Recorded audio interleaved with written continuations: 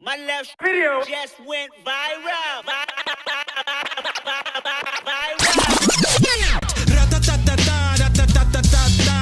I'ma strike back and take your whole empire.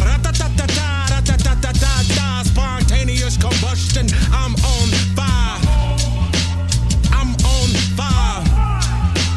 I'm on fire. I'm on fire.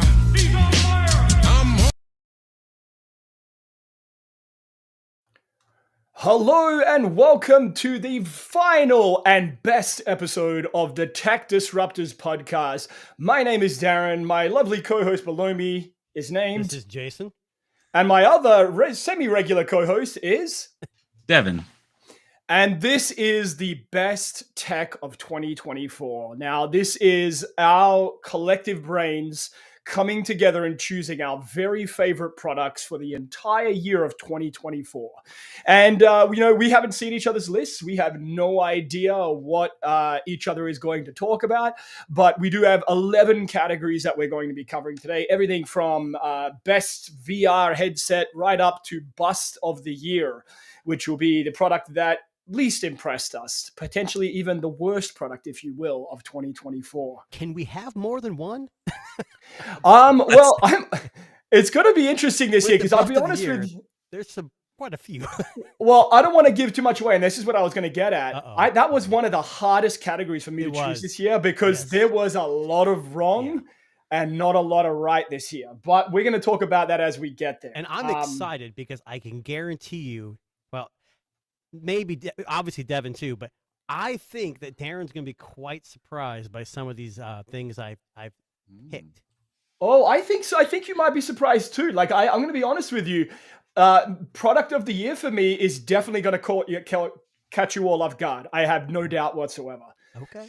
Let's be honest. I think this is going to be the most interesting for me because Darren didn't even send me the categories yet. Yes, I did. I totally sent you the categories.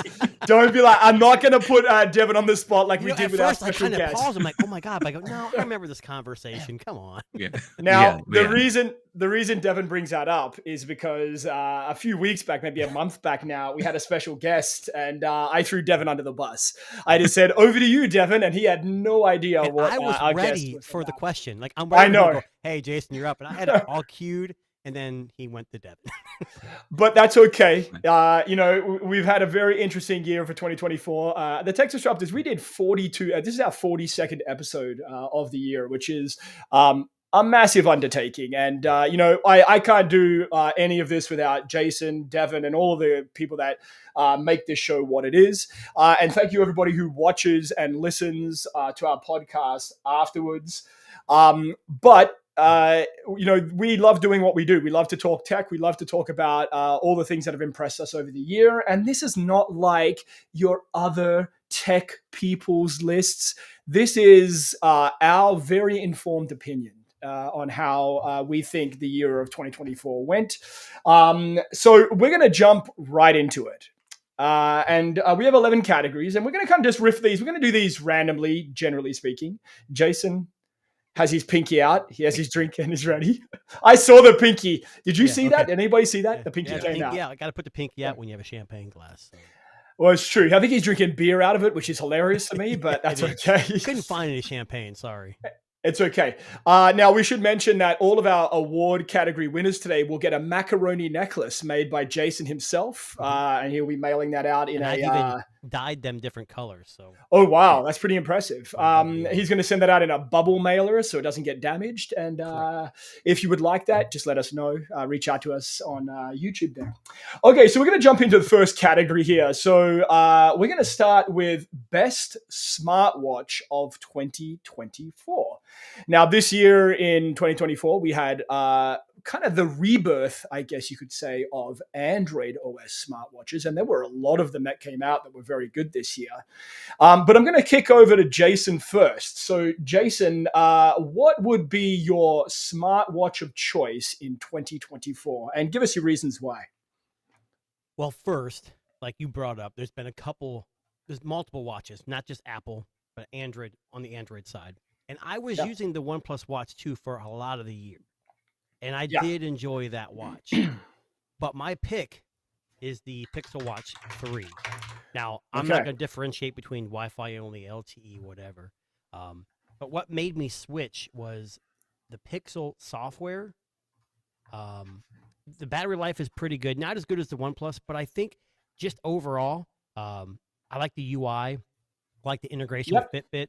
And I think the problem, I'm not a huge, I mean, I work out daily or almost daily, and I run once in a while, but I'm not a huge athletic person. But what I've noticed was the OnePlus, their software was very lacking in that respect. So that's and also obviously Pixel comes with the assistant, works well with a lot of like Google Apple devices. It works in with the ecosystem, correct? Right. Yeah, definitely a good choice. I know last year, I think the Pixel Watch was also on our list last year, which makes a lot of sense because it was a better iteration of the first one. Now, the Devin, first one was probably one of the worst. well, I mean, Pixel yeah, I Watch mean, one, I think right. one thing we can all agree on, I think this year with Google especially, is that they've lifted their game in a lot of categories, and I wouldn't be surprised if we hear from them again. However, the Pixel Watch 3 has been loved by many in the tech community as just being a solid Android OS smartwatch that just basically pairs perfectly with the Pixel. Devin, over to you. Yeah, so there's a couple of these categories that I really have not had a ton of experience with this year specifically. I've very much been getting into a rhythm with some of these things. Like I had my previous smartwatch to this one for almost 4 years. Wow. Right. Okay. And then I finally bought a Pixel 9 this year, so I upgraded to a Pixel Watch 2. Actually, it's what we ended up buying, and it's been honestly great. The only thing that I don't like about it is the battery life. Is not great, but I'm also, again, the watch that I had before this was actually a hybrid smartwatch. So the battery life was, like 2 weeks. So the fact that I have to charge it, almost every day is not ideal, but I did a bunch of looking. I did a bunch of, research leading up to this, and I'm really like looking up. I don't think there's a different watch that I necessarily want to try over this right now. Okay. So Just- it really is the best for you in 2024. I think it really is the best for me. I mean, yeah, sure a Pixel Watch 3, would be great. But like you said, I love the I think the software is great. I do appreciate the Fitbit integration, all that stuff too. I grew up on Fitbit, right? Like that was all my first smart devices outside of a phone was all the Fitbit stuff. So I really appreciate that. And yeah, that's the watch I'm using at least until next year. Okay. So Now, Dan, before you give yours, yeah. one benefit with the Pixel Watch 3 over the Pixel Watch 2 is they have two sizes. And I think that's what gives the benefit to the Pixel 3 battery life-wise. They optimize the software. I think the Pixel 2 has almost identical software as the Pixel 3, but I think having that, 45 millimeter, whatever it is, gives you that little extra, 30 milliamps or whatever it is, but it makes a big difference. And I get probably about, I want to say probably 30 hours, maybe a little more depending on how much I use or what I'm doing that day. But yeah, I agree. Pixel Watch 2, 3, fantastic devices. Okay, so like you guys know, I've kind of walked away from the smartwatch world a little while back, and I've been using for the last 2 years a Whoop 4.0 fitness band. However, that's not my winner this year. So Jason already alluded to this earlier on. My choice for smartwatch of the year is the OnePlus Watch 2. Now, the reason that I chose the OnePlus Watch 2 is all around when it comes to things like build quality, battery life, and just feeling on the wrist. And I think that for me was the biggest thing. The Pixel Watch 2 just kind of checked all the right boxes. It looks good. It has the sapphire screen, so you don't have to worry about scratches. It was light enough that it wasn't cumbersome, and I felt like I could wear it out and not feel like I'm wearing a kiddie watch to a business meeting. And I had I know when I had the watch, I had like a dot matrix like clock display, which was very minimalistic, which I loved. And to this, like, I'll be honest with you, if I was going to go out and buy a smartwatch again, I would probably pick up the exact same smartwatch.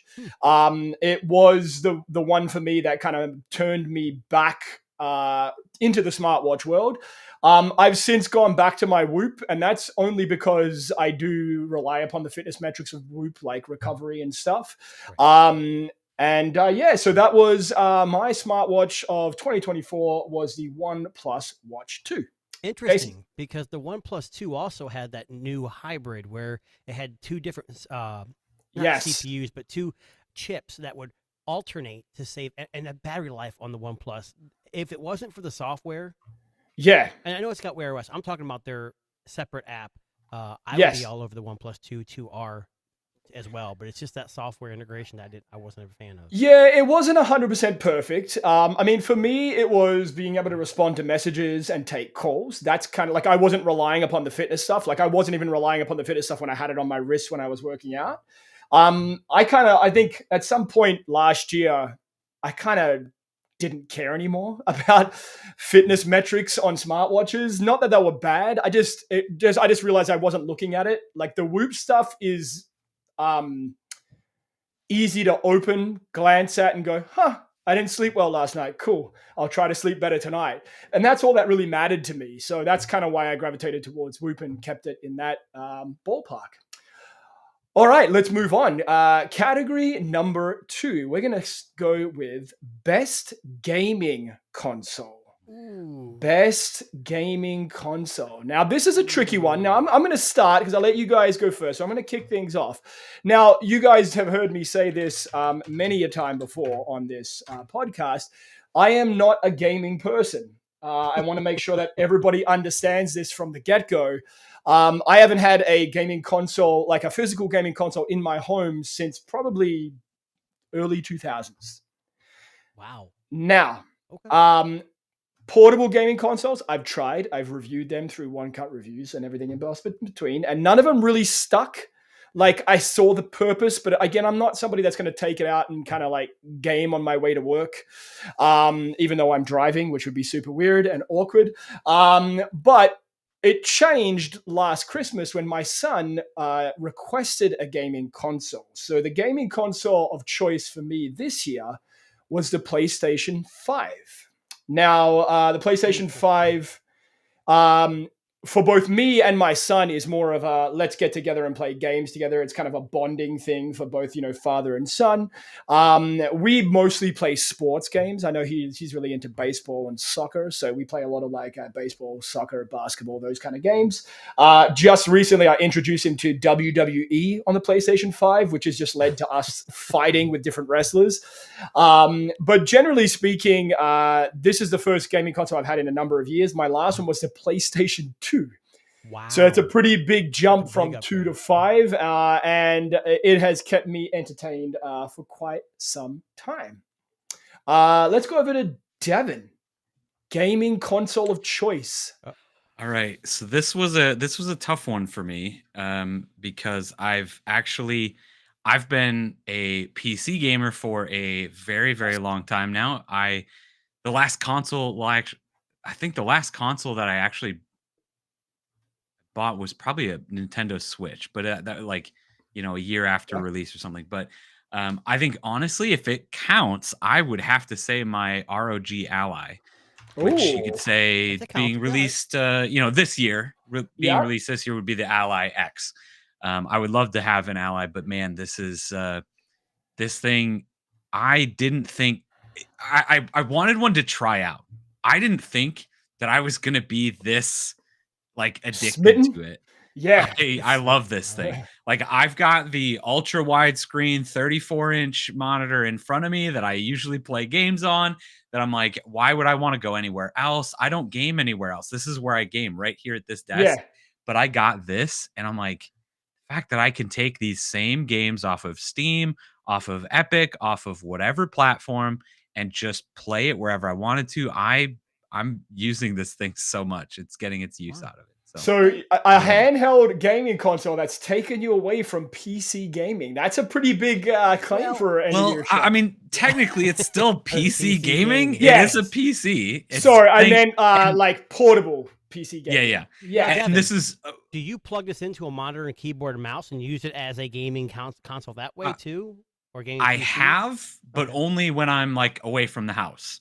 I Right. took this specifically and solely. This was the only device that I took to a LAN party a couple of weeks ago. Wow. This is the only thing that I brought home with me to my parents' house over the holidays. So we were there for 6 days. This is the only thing I brought with me. Oh wow. I didn't bring anything else. So I actually did. I did bring something else, but I was gonna leave that for later. Okay, we'll leave that. We'll leave it as a surprise. Let's not reveal the big secret. Yeah. Over to you, Jason. Best gaming handheld / console. Well, I'm with Devin. When I do game, it's either mobile because I have my phone with me all the time, or it's on a computer. So for me, these portable gaming systems are great, but I don't like thumbsticks. I don't like D-pads. I like keyboard and a mouse. So it's very difficult. But I've had a Steam Deck since they came out. But I'm not going to say Steam Deck. Okay. I saw Darren typing, so I'm like, here's the thing. So I could say Steam Deck, Ally X, the Legion Go, all these things. But I did purchase a device that came out this year. It's the Anbernic RG556. It's an Android gaming device that has it's a touch screen, but it's got D-pads and everything, and it's a retro gaming device. And it has, it can play everything up to, I want to say, I think Game Boy, GameCube, PS2, PSP, all the way down to your Atari, Nintendo. And on their website, I don't know how legal this is, you can actually buy it with a 128 gigabyte card. It comes with like 5,000 games. Wow. So I'm playing, Hit and Run on GameCube, Simpsons Hit and Run. I'm playing Mario Brothers. I even had some Wii games on there. Oh, like okay. Mario Super. So that's my pick for 2024, just because it brings back the nostalgia of playing older console games. And that's the main reason. It does have video out. You can plug it into a monitor if you wanted to, and all kinds of stuff. It does look pretty awesome. Like I like the transparent one there. I don't know if that's like that's an the one option, I have, the but- blue one. It's Yeah. blue. The problem with these the only problem is they use like these weird chips that aren't super powerful, but they're just enough to play the games you want. And it's Right. basically a skinned Android, so you hit a button and it goes into like an emulator mode where it shows you all the consoles. It has it's a really good device. Anbernic's been doing it for a long time. I know Devin's probably heard of them. They just released a bunch of new devices, but this for a while was their flagship. It's like $180, I think. Yeah, it's funny. Like I know, I don't remember if we had this category on there last year, but I think just given the nature of gaming in 2024, we've seen a lot of like these handheld consoles come out. I didn't even consider gaming phones. I'm sure that's probably somewhere in there. It could have been flipped in there as well. But I mean, I think it depends on the kind of gaming you do. Like I know I'm not a big PC gamer. I know Devin is. For me, like if I create the world's greatest gaming PC, I know for me personally, I won't leave my office. It'll just, I will be there forever. Right. And that's why with the PlayStation, I know if I have it hooked up to my TV, which is just across from me here, if I want to watch TV, I got to stop playing the game. Right. So that was my like, I need a stopgap. I need like a ripcord button to like get out of the gaming world. Cause I'm one of these people that will try to finish games cause I'm a 90s baby. Right. So, I'll try to get locked into a computer game or whatever game you can get. I mean, I know for me on a computer, absolutely, you're locked in for a long time. Yeah. Yeah. And I know when I was, Devin's trying to help me out with a gaming PC I'm building right now. Yes. So. All right. There you go. It's gonna be good. Yes. Okay. That is best gaming console. Now let's flip out of gaming for a second and let's talk about the best smart home device. Now, the best smart home device, this is a new category that we're doing this year, but I should just basically kind of give you a little description of what a best smart home device may be. It is a device that you would use in your home regularly that has connectivity and smarts about it to make your life easier. Okay? That's the simplest way to describe it. So the Tesla robot. That's what So you like said, the right? Tesla robot, right? That would They got make a lot 4 of of 'em. sense. Now, Jason, I'm going to start with you on this one. Smart home Interesting. devices. There are lots of smart home devices out there. So, what is your choice for best smart home device? So this is going to probably cause some controversy somewhere along the lines if you do follow smart home Is devices. it a sex robot? It's a sex robot, isn't No, it? it's not a robot Okay. at all. It's Okay, not it's the making Amazon sure. Astro, Again, which I don't do have. spoil future Oh, sorry, future Yeah, shows. come uh, Yeah, sorry. no, yeah, Sorry. the next category is best product of the year and that kind of. I've been a huge fan of Wise devices, and Yes. every so often they have they release a bunch of new devices. They're not. I wouldn't say they're the best company in the world. They've had their issues, but I've been a I mean, I have mostly Wise smart devices. So my smart home device of the year is the Wise Wireless Duo Cam video doorbell. So you might be asking, wow, everyone's got a doorbell. And I think it's a EUFY, is it UFI, or I don't know how you pronounce it. They I got have it, one I as have it. well. So there's an alternative Yep. to this. But if you're in the Wise ecosystem, it's a video doorbell with 2 cameras, one pointing straight, and then if you see down at the bottom, one pointing down. So Oh, for me, this okay. is amazing because when packages come, you're obviously notified. But Wise also has AI, so it recognizes people as long as it will show you pictures and you can label them, and it will allow you to hear if it hears a baby crying, it'll notification of a baby crying, a police siren going off, packages at the door. It's two-way like that. audio, and it's Yeah. fantastic. And I think it's pretty. I don't know what the price off the top of my head, but it's pretty reasonable. And it can run off. It's got battery installed. It's a battery operated. They give you 2-way tape. You can just tape it to the wall and it'll work just fine. Oh, It'll wow. also run off, Okay. which is how I have it. I have an older home, so I have a wired transformer. So it's running off power at the house. So that's my pick. It's one of the best devices I've ever had. The clarity is great, and I love the fact that you can see packages exactly where they're at, and if someone takes them, and everything else. Now you're talking about mailed packages, right? Just making sure. Yes, well, you could see other packages too, I guess. Just making Depending sure, on the because I person. mean, yeah, Does I the mean, AI pick that up and notify you? It does notify you of a delivered package, but not a Right. package that Darren's insinuating. right. Okay. Well, mine just goes in through the bottom of a box. Now, and I just handed just to a side note, it comes with a chime, so it's a digital chime. Okay. Yep. I noticed recently there's an update where I think you can use it may integrate with your mechanical chime, which I have one. I haven't Yep. messed with it because the chime's loud enough in my house. But yeah, so I think it's what I don't know if you're looking at. I think it's like what $80 or something. It's pretty It's reasonable. very reasonably priced. The Yeah. Eufy one's like $150, $120, but there's no subscriptions. Now this does have an SD card slot, so you don't have to pay for a subscription. But Yeah. Wise does have a subscription service if you want to go down that route. Right. Okay. Impressive. Looks good. I like it. Now for me, I'm gonna go a little bit off script a little bit here, because when I No was way. thinking of best home product, I legitimately wanted to pick something that I felt changed the way that I did things at home. So I have like Google Smart Speakers, and I have all of that stuff. But when it comes to simplicity and what this does, I chose, and I got to get the name right here because it's a bit long, the Roborock Q Revo Robot Vacuum and Mop. Nice. So I don't know did I have that up? I had that up already, didn't I? Let me double check this. Oh, sorry. I've heard good things about Roborock vacuums. So Yeah. So this one here is the Roborock Q Revo. is that you on the couch?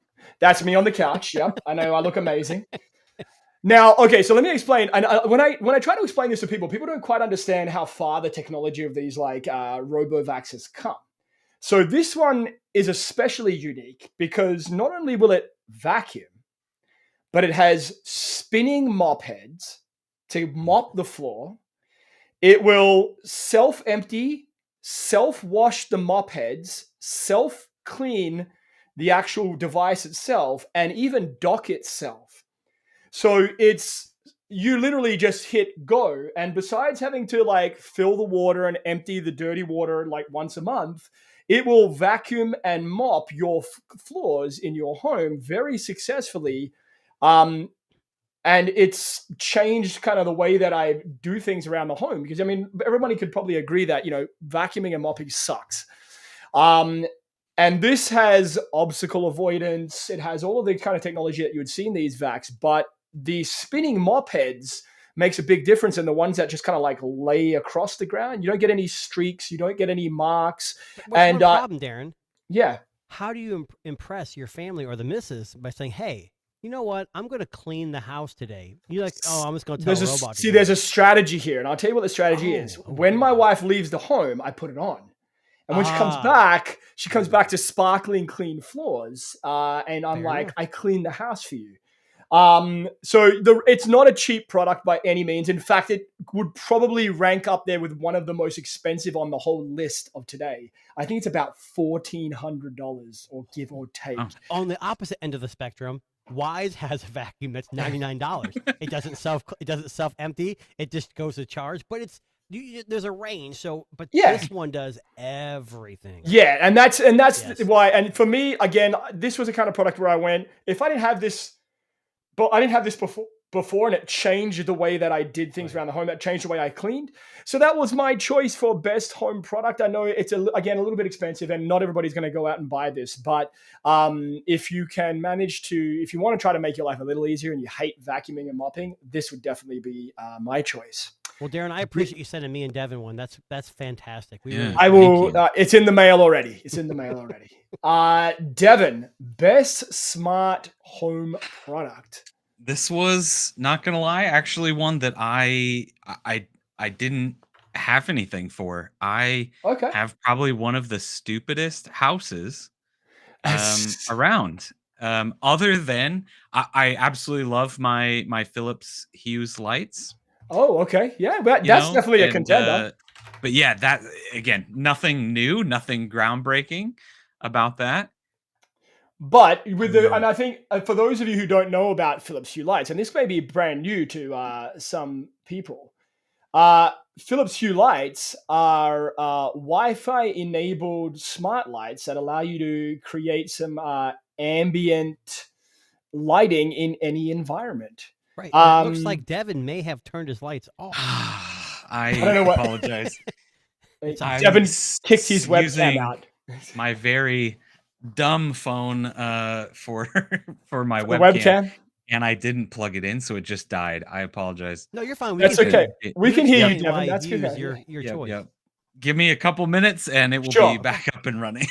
Okay, so while Devin's just getting his technical issues sorted out, Philips Hue lights, they've been around for a number of years now, and a lot of people are installing these in their homes because you get the ability to create these kind of custom environments with different lighting patterns and schemes and mood lighting, I guess. Yeah, it's a whole ecosystem. They have bulb strips. I mean, they've got I used to be pretty invested in some of their stuff too, but I've kind of moved past. But they have not gone away, and Philips Hue is a big proponent of smart lighting for sure. Absolutely. And, a great choice for smart home products because, again, like the webcam, like the lights, like the vacuum, they change the way that we do things in the world that we live in. And I think at the end of the day, that's really what these, smart home products are about is, how have they made your life easier? For Jason, he can now see people's packages. For Devin, he has the best lighting of any tech YouTuber. And for me, my house is super clean. Only the floor, but the rest is there. But again, that's kind of why we do this roundup because a lot of people don't know about these products. They don't know that they exist. Mm-hmm. So that was best smart home device. All right, now we're going to hit some big guns. Yes. I'm going to start with you, Jason, on this next one. Best VR/AR headset. Well, that's a dumb question. We already know what the answer for that is. Well, it's all, of course, There's it's only the Apple one Vision answer, Pro. and that is the MetaQuest 3/3S because the 3S I think was this year. Now, can I just ask Devin? Devin, is this your choice as well? Yes, 100%.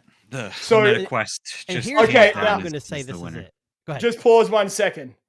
For the first time on tonight's show, we've hit a synchronicity moment because it was all three of ours first choice. Hold on, Darren. You didn't say the Apple product? No, I didn't choose the Apple Vision Pro. Unfortunately, Oh my god. unfortunately, Darren's not made of money. I wish I was. He's got a $1,500 robo pick. I'm just kidding. Yeah. He's been I always have a waiting a vacuum $1,500 cleaner. RoboVac. But when it comes to spending money on the Apple Vision Pro, I feel like there are better ways to Yes. use said product. So And, the reason why I picked the 3S is because the 3 is a little more expensive, and that's the one I use. But the 3S came out, I think, at what, $299. I will be Yes. honest with you, with the pass through, my kids have been playing Gorilla Tag. I don't really get into that. That's more of a VR Yeah. experience. But I've been playing a lot of the AR experiences. There's a one I just installed it, Wonderwall. I Oh, think yeah. it's called, where you can actually like you create a whole community on your walls, and there's little people. It's an amazing game. Not only that, you can physically plug your VR headset into your computer and use Steam VR or virtual desktop and virtually play. Right. I'm telling you, so the VR headset standalone is very powerful. It's got the Snapdragon X something 2 or whatever. Yeah. It's a very good processor, but it's still a mobile processor. So in that respect, it's a great device. But if you ever want to go further and have more fun with like Half-Life Alyx or any of those kind of games, you just download Virtual Desktop. Yeah. And there's little to no, as long as you're Ethernet plugged in on your computer, so you have faster response time. There's little to no delay, and it's amazing. And if you're gaming, if your PC is, capable enough, Yeah. it's Devin's amazing. is. There's so many options with this. It really is. Whereas Vision Pro, why I didn't pick that is because it's limited. It's It's Apple, Apple's- and Apple's not yeah. known for gaming. I know they say the iPhone whatever is ray tracing and whatever, but PC gaming, VR, there's no other headset out there that I would even pick. Yeah, I think simply for value for money, I think the MetaQuest 3S especially is great value. You're getting basically most of the features of the 3. Slightly different specs, but I want to nothing say the lenses crazy. are different, or maybe the screen is slightly different. But Yeah, it's but pretty not hard a to crazy. say. Again, Yes. not a crazy difference. I mean, we're not talking about the difference here between a MetaQuest and a Vision Pro, which I'm imagining is probably a lot different in quality. Of course, right. Yeah. Now, Devin, why is this your choice for best VR/AR headset? Yeah, you already said it. The value is just there. Nobody else can beat that. And I think too the ecosystem, just the amount of games available, the ability to jump in and play any game, like they make it so simple. Yeah. And Have you ever played the another introductory games like Oh yeah. just the games to get you Yeah, to they're learn so how to use fun. it, and Yeah. their updates, they're always updating it and Always. making Yeah. hand tracking. Now you can connect the windows. I'm sorry, Devin. Go ahead. No, you're good. Yeah. I was just gonna say the other thing that one of the other like kind of things I took into account for a lot of the products on this show and this one included was how likely would I be to recommend this to somebody else, Yes. right? Like how consumer friendly is this? Just because it's my favorite, the one that I use doesn't mean that it's something that I would recommend to anybody else, family, friends, whatever. But like Yes. if somebody, literally anybody in the world came to me and said, for my first VR headset, what should I buy? get? It's easy, hands down, the MetaQuest 3. Do you know how There's many no- times people ask me, should I get the Vision Pro or this? If Oh, you want to yeah. spend $3,000 plus on a Vision Pro, go ahead. But you're going to be very limited in what you can do. It Yeah. depends on what you want to do. But Yeah. the thing about the Quest is that it's definitely gaming oriented. But they've Oh, sure. kind of pivoted a little bit too, where they're allowing you to have Windows in integration and Yes. screen. Very similar. Now, is it going to be as high quality as the Vision Pro? No, but you're not going to have a battery in your pocket either. It's all in one. Exactly. And the aftermarket, like when I bought my 3, yeah. I got one of those the straps that you just twist the back and it tightens, Yep. and it's got a battery in it, so it'll last So 6-7 nice. hours. Yeah. yeah. Oh, yeah. Yeah, no, and I think like for me, this was one of my first real VR/AR headsets that I actually liked. I've tried different ones that plug in and make it look like you have a big screen in front of you, but for functionality, value for money, and I just think like even build quality, like the build quality is phenomenal on this thing. Yes. Like, if you've been afraid to try these VR AR headsets for a while now because you're worried that, it's not going to live up to your expectations, give this one a go. The MetaQuest 3/3S is definitely our synchronized best choices of best VR/AR headset Now, of 2024. this is an award-winning show. Like Yes, this is true. We're giving away awards. Let me say that macaroni Yes. necklaces. Macaroni necklaces In for the all. world of AR and VR, we have Vision, we have MetaQuest. Pimax makes some stuff that's Yeah. pretty good too. Google just announced their Google AR OS, and there's rumors Yes. that Samsung and Google are working on it. So this is going to be an ever-evolving category, and Yes. I'm glad for it. MetaQuest is way ahead, but Google's got the chops to turn this into something. Oh, Yeah. absolutely. And I think, I honestly, I almost feel like Meta and Google should just team up and like get that OS on I there. don't know if that's ever going to happen. Want to beat Apple at their own Zuckerberg wants to game. be Zuckerberg. He's not going to want to join Yeah. forces Yeah. with anybody. Honestly, to be completely honest, I really think this is one of those categories of product that's going to get way worse and way weirder before it starts to get Oh, better. yeah. I Yeah. really kind of Do you feel guys like remember we've the hit VR this like headsets that came plateau. with the Samsung phones? Do you remember Oh that? yeah. Yeah, they used to plug in. I thought it Yeah. was a fantastic way to get somebody into VR. The Google Yes. Cardboard, Yeah. Daydream. Now, I think Samsung had leaps and bounds better everything, but they should bring that back. I even agree with that. I think that was a wasted. But I guess if it doesn't make financial sense, they gotta. Well, I think we can all agree that the Vision Pro is just out of reach for most people when it comes to like VR. Well, except for tech disruptors, because we make so much money off this. Yeah. And look, there are people who manage to get their hands on it through other means, which we won't go into again. One of my favorite stories of 2024. If you've been waiting, if you've been on the fence to try, an VR headset, this is definitely a great choice. The MetaQuest 3/3S is our VR headset of 2024. Now, Devin brought up a good point here, and we're going to jump into a kind of tough category here. So we're going to jump over now to best value product. Oh, this Now, is easy. Value product, let me just kind of give a little bit of a category description here, would be best bang for your buck, would be the simple way to describe it. Now, that would be what is the cheapest thing that you've bought that maybe you are so glad you bought it at that price and it has literally changed the way that you do things. I'm going to kick things off. Now, ironically, this has popped up in a few best of lists this year. And I rarely get a chance to use it, but when I do, this is actually a travel accessory. So you're going first, Aaron. I'm going to kick things off here. Yeah, if I can. Hang on one second. So the best value product. Now, I believe this clocks in at around about $70, $80. Too much. Is the 12 South Airfly Pro. Now, what this is, for those of you who are wondering, for those of you who do a lot of travel and airline travel, you would know that when you have to plug into the headphone jack on an airplane, they usually give you a really shitty sounding headset. And usually one ear only plays audio and the other one doesn't. And a lot of the time they're actually charging you for the headset now because we don't use wired headsets anymore. But what this lovely little device does is it essentially turns any airplane headphone jack into a Bluetooth receiver, allowing you to use your own favorite Bluetooth headphones.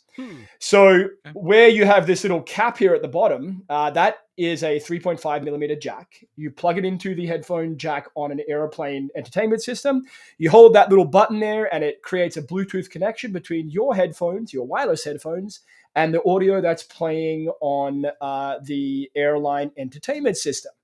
Now, this was something that I never knew existed. I've had one for some time, this is, I think, the third iteration. The Pro version is the third iteration, but I've had it since generation 1.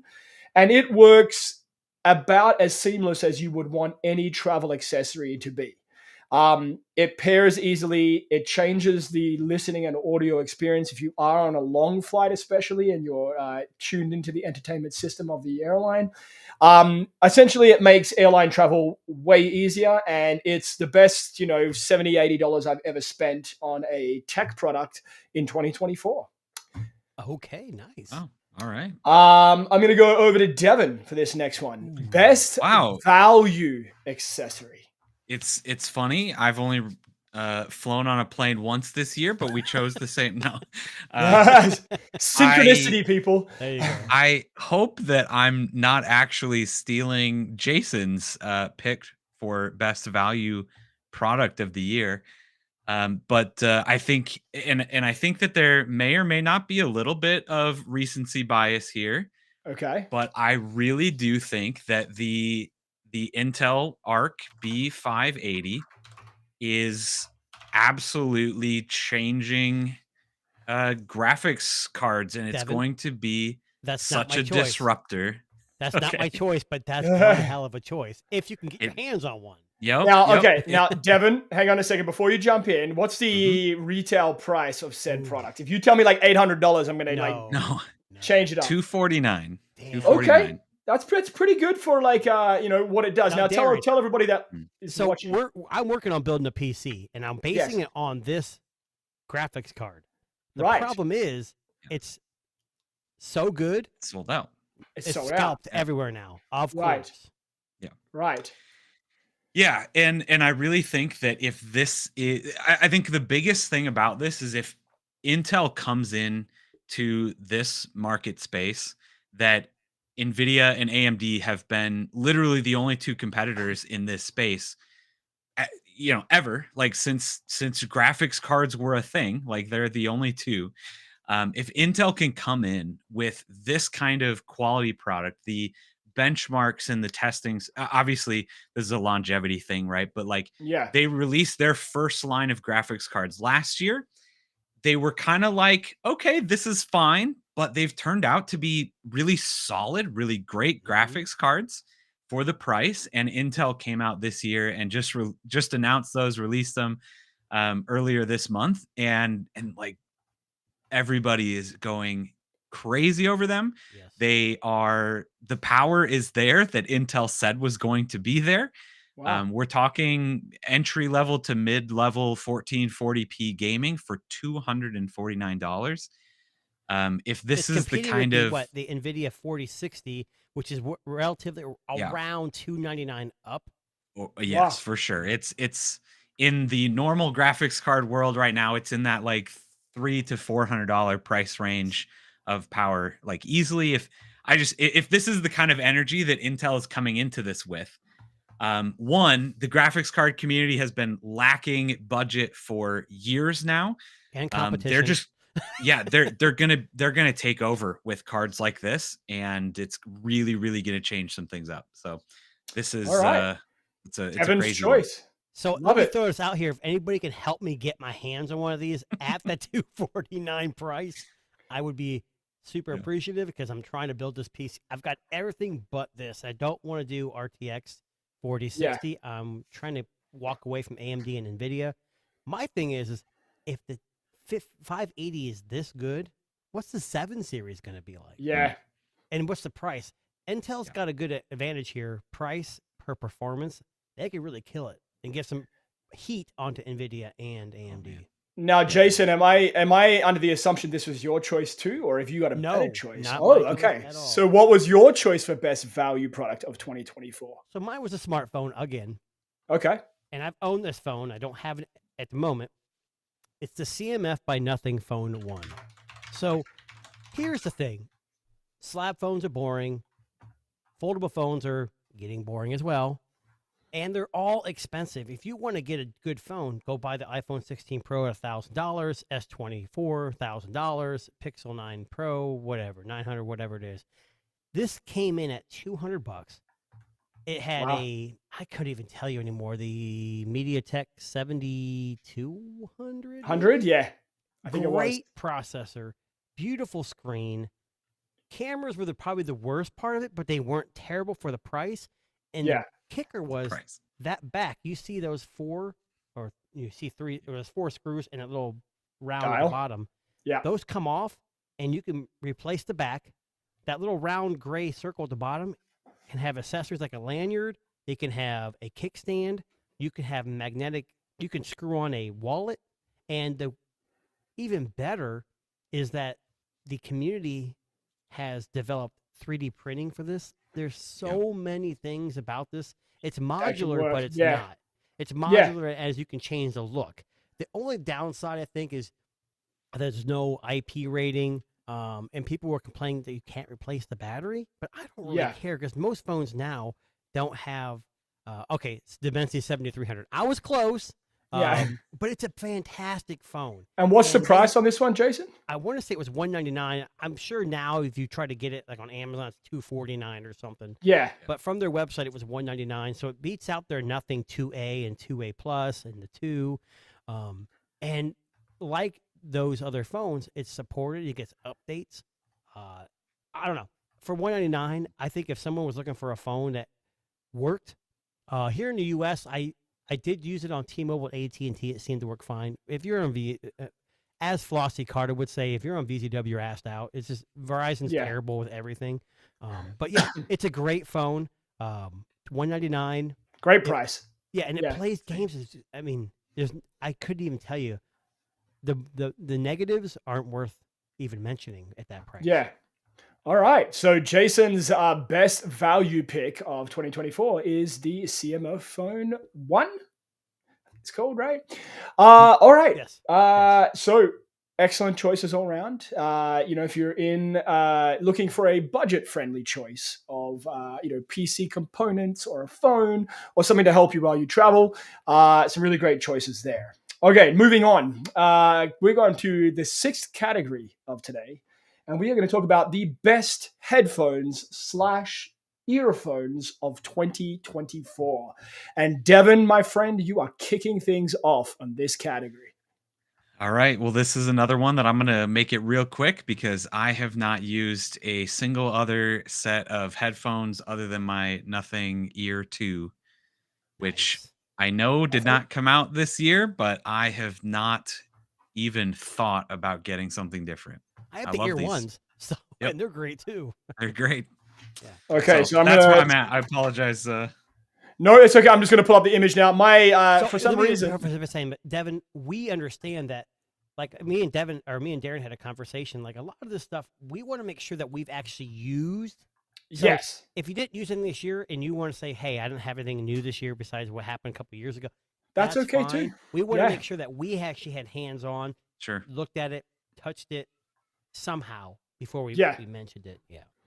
Nothing Ear 2, and they have been largely regarded by the tech community as some of the cheapest and best earphones available on the market today. Now, Jason might have something else to think, but I think these clocked in at like $199 as well. I think off the top of my head, $149. I think it was $149 is what I think. Canadian. Well, Canadian, it's $1,000 for a pair of earphones. So, but no, definitely a perfect pairing with the Nothing phone. Just aesthetic wise and looks wise. But it's got Quick Connect. Any Android phone will work just fine with these. Yeah. Jason, best earphones/headphones of 2024. Obviously, I have headphones on, but I'm an earbud guy. Yep. And I'm with Devin on Nothing. But these are the CMF again. Nothing Buds Pro 2. They're I think $69, $70. These things, okay, let me preface by saying I know Sony, Apple, they make these $400, $200, $300, but these things right here, for the price, you cannot beat the sound quality. Not only that, it works with the X app, which all Nothing earbuds work with, but the case, you see that gray circle again. That thing can be utilized as a Bluetooth button to pause. And so if you have the earbuds in your ears and you have that in your pocket, you can pause. You can turn the volume up and down with that circle. It rotates.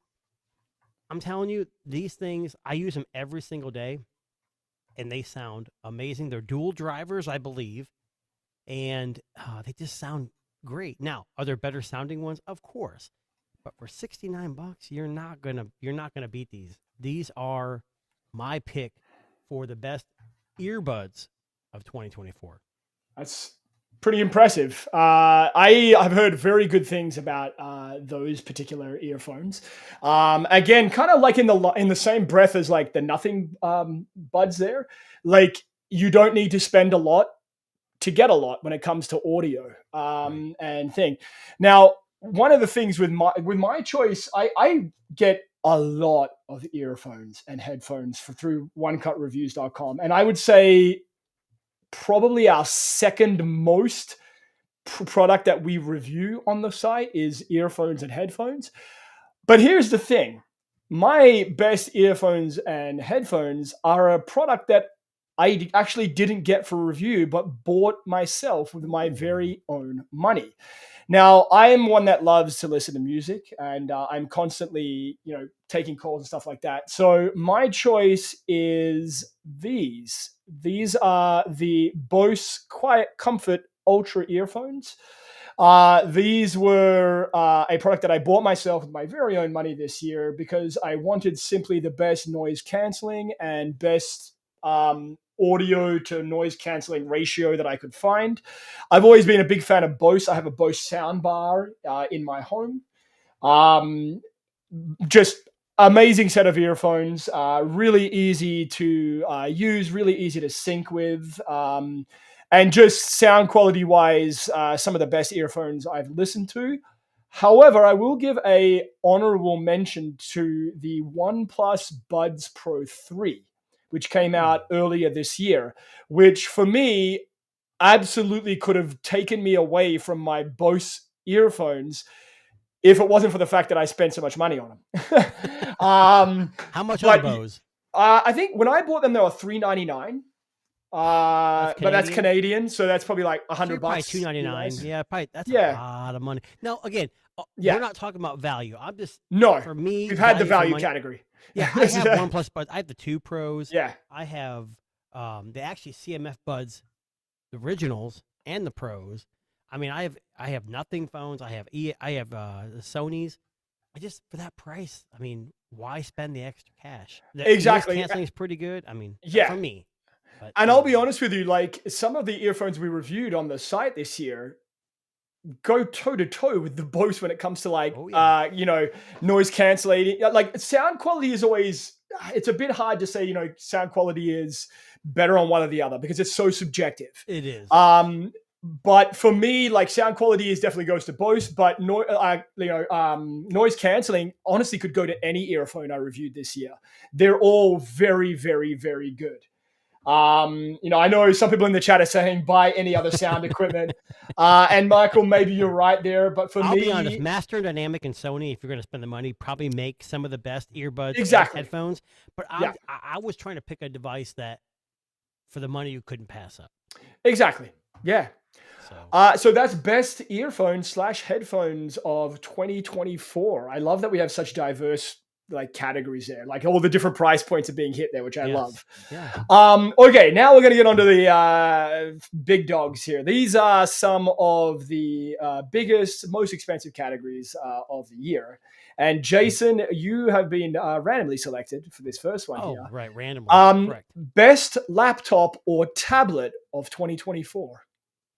Okay, so I've had the only tablet I have not owned this year was the Samsung 10 series.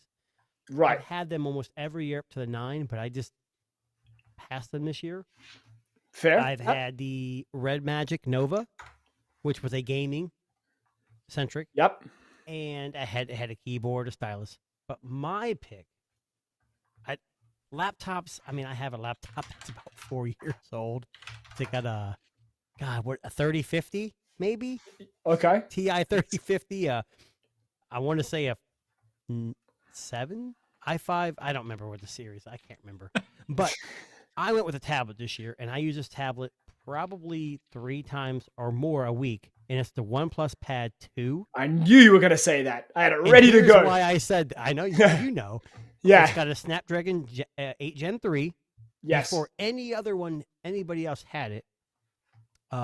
it's got a. What's weird is the Nova gaming PC's got the Nova tablet's got a Gen 3, the leading edition, which is Yes. overclocked, but it's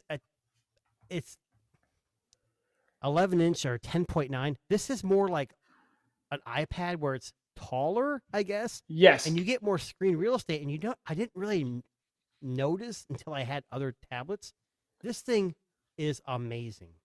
Yeah. Here's the agreed. other thing: if you have a OnePlus or a OnePlus phone, you can tap the keyboard. There's a little NFC code, and it links everything, so you can use your mobile data. You can sync your phone calls, which you can probably kind of do anyways with most Android phones, but it makes it much more convenient, kind of like Apple. You don't have to think about it. And obviously, in the picture you see, he's got a OnePlus phone there, and he's answering a phone call. I got the keyboard and the stylus too.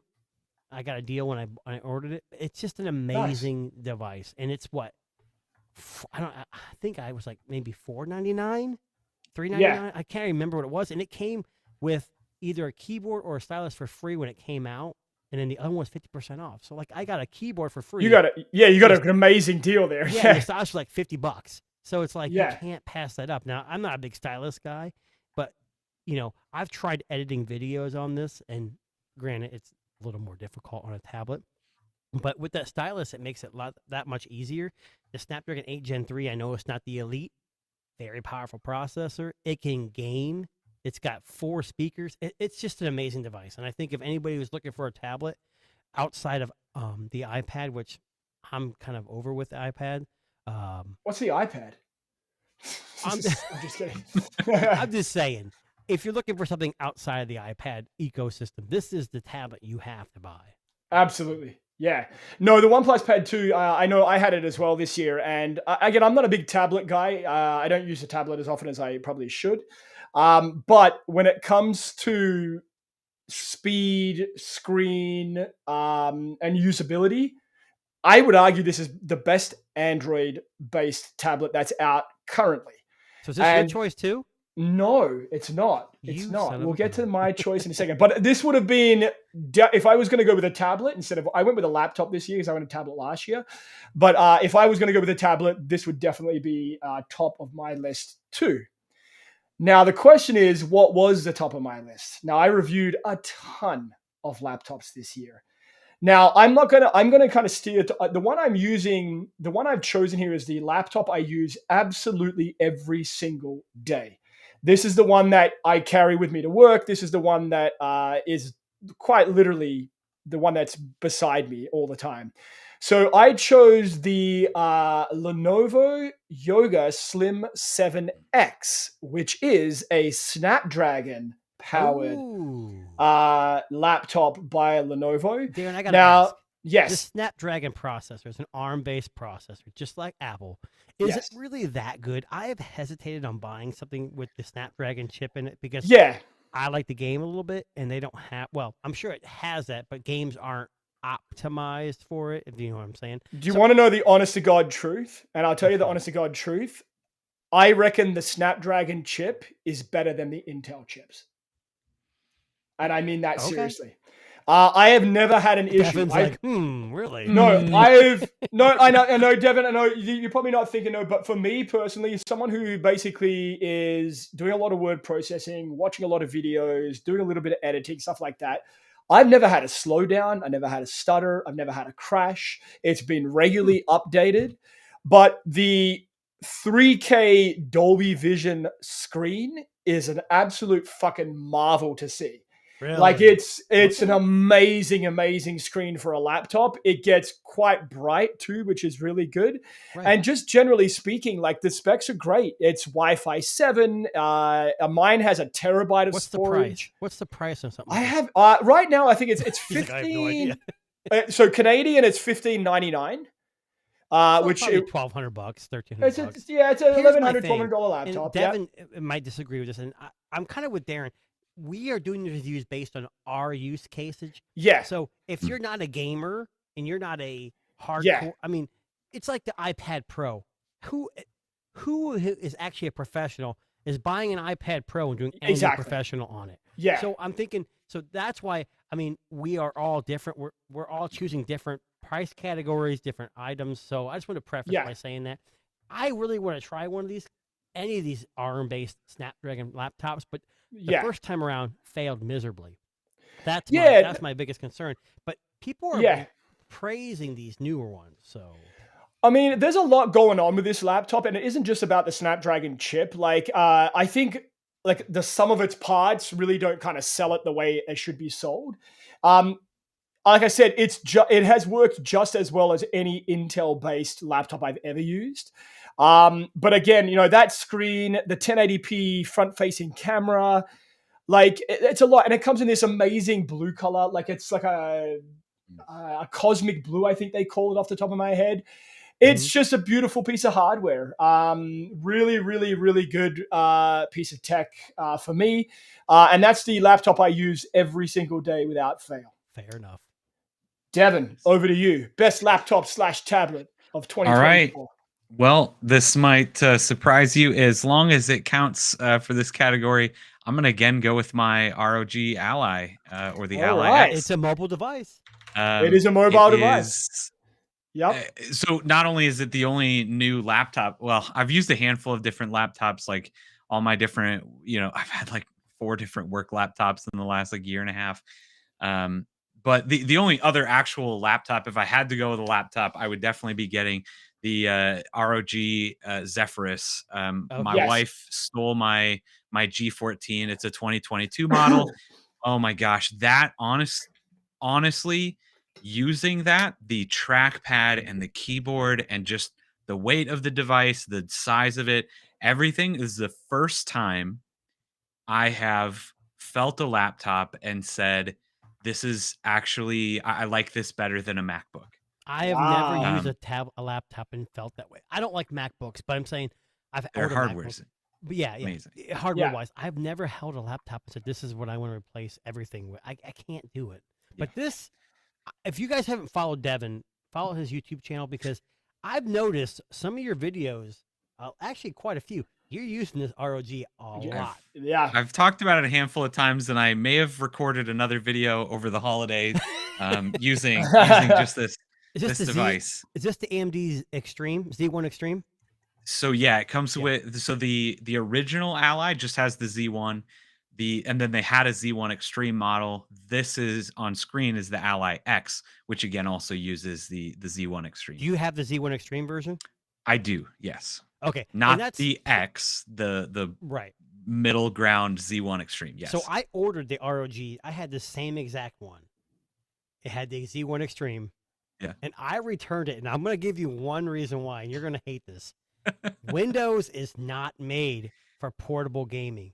And I'm telling you, SteamOS people laughed at them because remember the Steam devices that came out, 4 or 5 years ago that didn't do well at all? They've had 5-6 years to optimize Linux and SteamOS. And I'm telling you, Steam is, for me, if I'm gaming only, now the Ally, the benefit to Ally is running Windows, so you're going to have more options. But for me, for gaming, I wouldn't use anything but SteamOS just because I'm pretty heavily invested in Steam. And also, it's just very well optimized, and most games work really well. But that's just my preference. But the ROG was definitely not a slouch. It definitely was a badass device. Yeah, I really love this thing. And you're 100% right. I actually talked to a really good friend who wanted to get something for his son for Christmas. And I kind of talked him out of getting one of these because his son's 9. And I was like, it's a full Windows PC, and by itself is not ideal. 100%. Like the probably the worst offender when you go to log in. I've had this conversation multiple times with people. When you install battle.net, Blizzard's game launcher, if you want to play any Blizzard games, the launcher comes up and you can't log in because it's off the screen. It's too tall. On the ROG. On the screen. You have to go in and change the resolution scaling down to 100% because by default it comes at like 200% on the Ally. This is going to change because there's so many companies. Like Michael just mentioned the MSI Claw 8 Mhm. AI. Yeah. Intel's hitting it hard now. All Yeah. these companies, it's going to be a big difference. Steam, I know this is off topic, Darren. I know we're trying to get through this. No, it's okay. Go. Yeah. Steam has just, they're, at least the rumors are, they're going to release this OS to any developer who wants to use it on their devices, which I think is because they're going to make money off the games. Let's be honest here. It's the hardware is great. They're not making any money on that hardware. It's cheap, especially refurbished. You can buy really this thing cheap. dirt Oh cheap. my gosh. It's the games for sure. Yeah. I love mine. I just can't get. I need a keyboard and a mouse. Yeah. And what's the point of having it if you're going to connect a keyboard and mouse to it? Yeah. You know? And that's 100%. I preface people, like, if you're going to get this, you really want to get a dock or at least a USB hub so that if you need to, you can go and plug it in. You can plug it into your mouse, keyboard, monitor. You can plug it into your TV that way. You need to get a dock with it, but just for and cases. I mean, again, there's all these different options that are out there when it comes to like laptops and tablets and all of that stuff. But I completely appreciate Devin's love for it. Right? It's everybody's got their preference when it comes to. Yes, he has a deep love for it. It's cool. Okay, excuse me. Just didn't. He utilized it a lot more than I would have utilized for different things. Yeah, and that's where having Windows is very beneficial. So. Yep. All right, so we're going to move on now to a brand new category, one that we didn't have last year, and this is the Tech Innovation Award.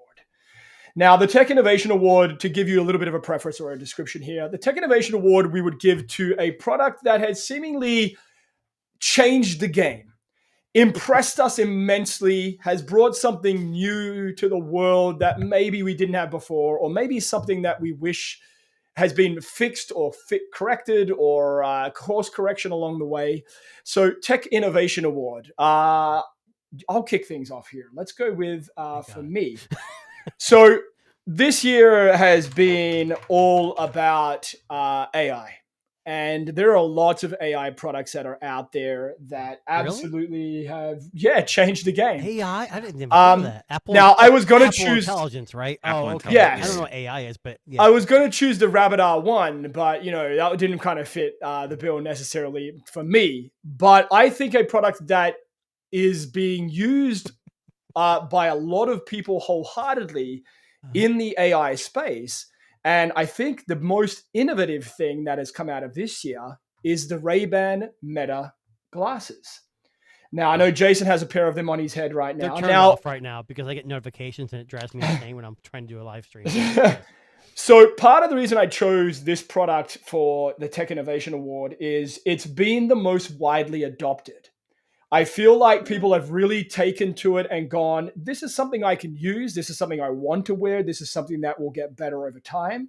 I mean, one of our own hosts has it on his head, right? And he loves tech. Comes in optical sunglass form. There are different styles, but more importantly, it has the ability to give you some AI smarts into your world. So for me personally, the reason I chose this product is because of its adoption. How many people have been buying and wearing, and I've seen this so much around that I feel like this is probably one of the more innovative products to come out of tech in 2024 that has been welcomed by not only the tech community, but the average consumer. Mm-hmm. Over to you, Jason. Oh, okay. Well, you guys are going to be awfully surprised by this. And okay. So my Tech Innovation of the Award of the Year is something that probably has not been well received initially. Uh-oh. And you already mentioned it. It's the Rabbit R1. The Rabbit R1. All right. And before you start laughing and saying, what the hell?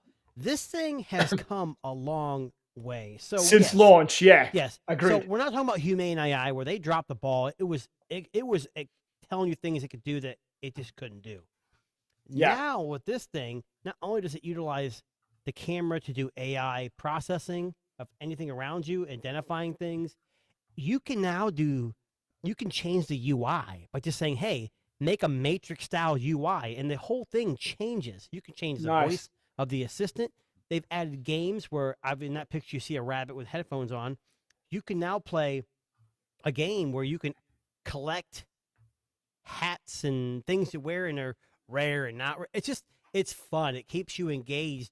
The only issue I had with it recently was it links with like Spotify and DoorDash and I'm trying to think of some other AI. What's the one that does music? Sora. Sora. Oh And yeah. I noticed on the Rabbit, it's called the Rabbit Hole, like their website. When you log in, it's Of course saying it that is. that stuff's actually going away. Like, hey, Right. it may not be connecting much longer. Which I don't know if there's a better plan to integrate Okay. stuff without having to log in. I don't know. But for me, this thing has never let me down.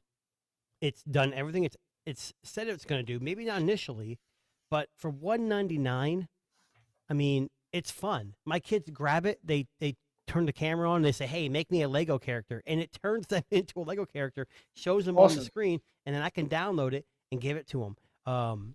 Music, pictures. I mean, it does. Do you think we'll get a large- Gen 2?